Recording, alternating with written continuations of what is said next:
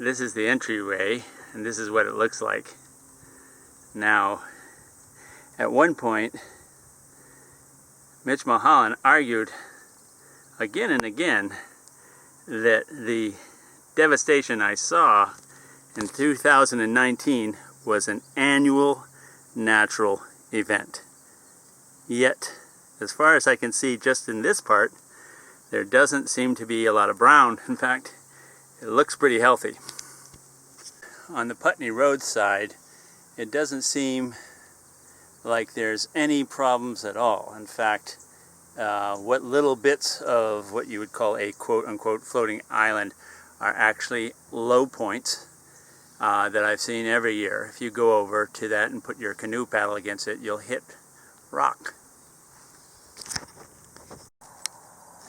So as I approach the cider mill road area, I'm starting to see a little bit more of these quote-unquote floating islands.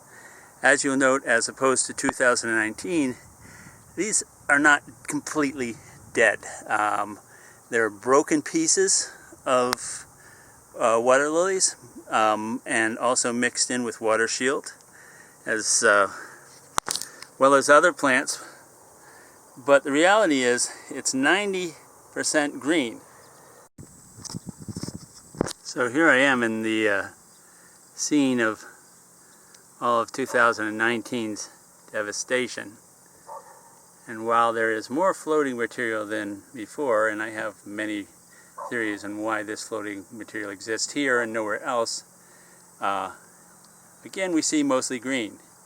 Any floating area is colonized by other plants.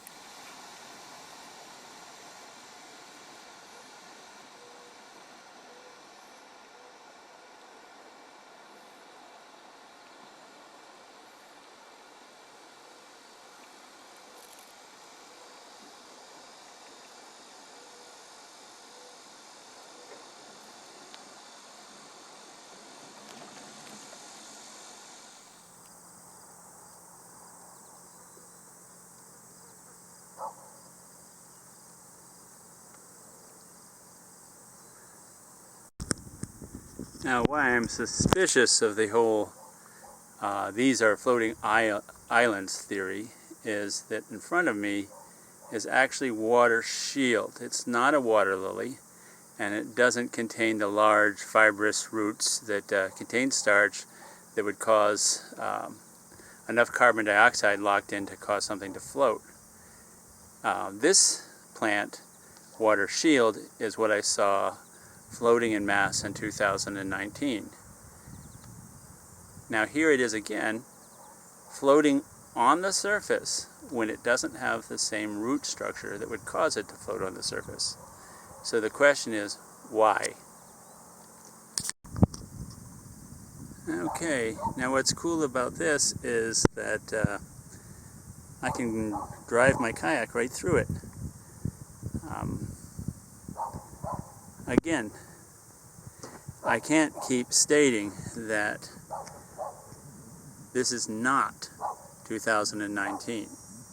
And while it doesn't have the clear water or cover of water shield, it is pretty much dominated by live material.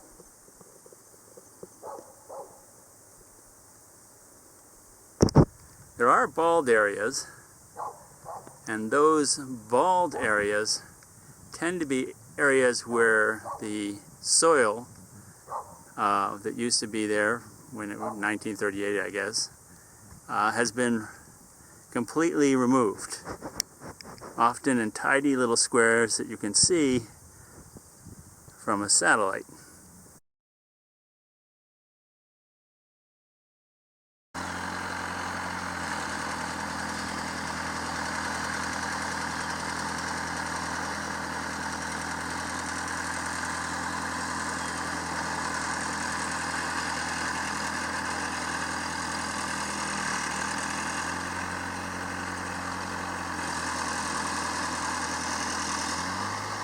However, all of that being said, again, to state the obvious, almost everything is green still. Even the water lilies on the surface of the pond are still green.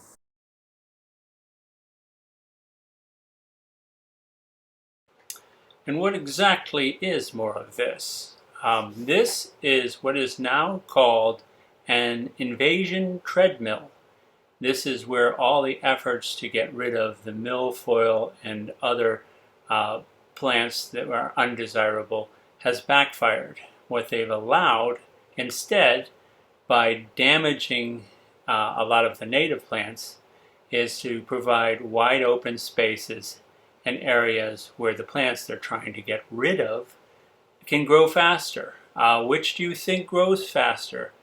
Milfoil or water lilies? I don't think I really have to give you the answer to that question.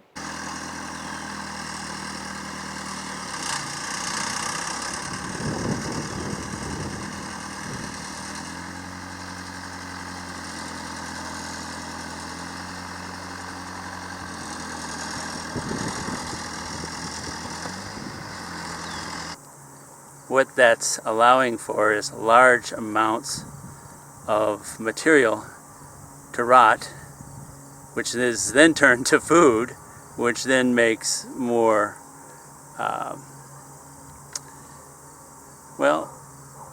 more of this. I would say that I really like Leverett Pond a lot, and that's partially because I say like as opposed to love. I kind of love just the part where there's no houses that come down and spoil the view of New England Pond. I suppose that's the way it is, and I suppose that's the way it's always going to be, but at a certain point, why not a path? Why not visit the pond? You love the pond so much. Now, you wanted to have a house on it.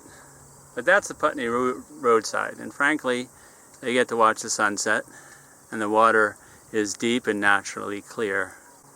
And while the Putney roadside is, as always, very beautiful, and parts of the natural areas are beautiful, the cider mill area tends to be a disaster year after year after year, until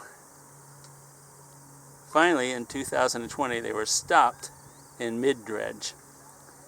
I'm not saying that the dredging didn't take place. The dredging took place for 10 years, and it's very evident when you look down and put your paddle against hard rock, and then as soon as you're away from the area, you put down and find a lot of muck.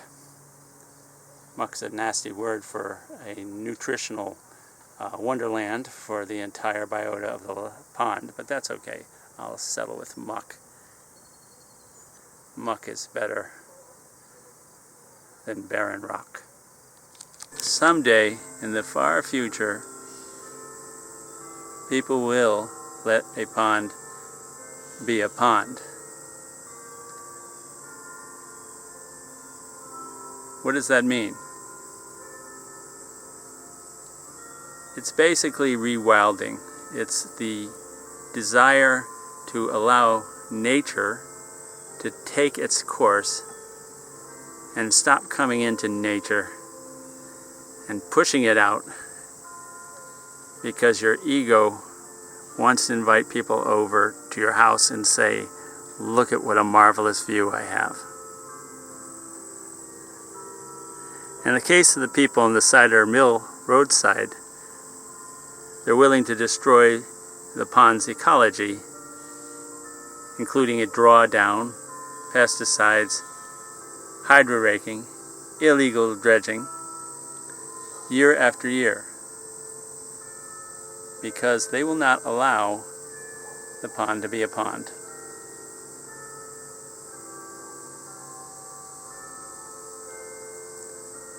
In the future, I think the laws, which are already in place, will be enforced because everyone else will start to realize that the natural state of this pond is what is a gem. Not some egotistical dream of turning a marshy side into Echo Lake. As we approach the entryway, I have no problem going through, almost at the same speed, areas where the milfoil and submerged plants are covered by floating plants.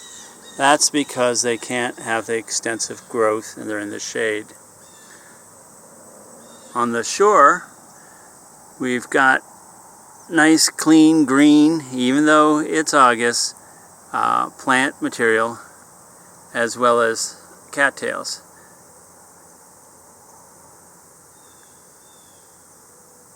Compared to 2019, this is actually beautiful.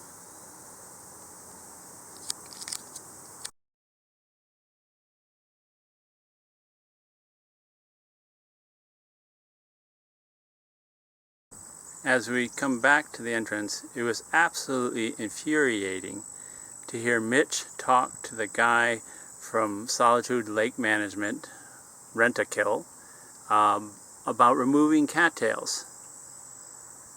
This is because for years he operated with impunity. He did whatever he wanted with a permit that wasn't even completely finished, and most likely was an application, not even a real permit.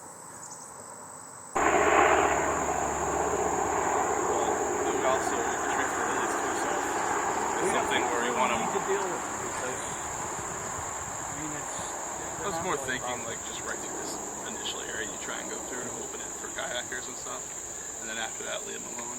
But yeah, we have different ways of doing it. Basically, this was a man who thought this was his pond, that this belonged to him.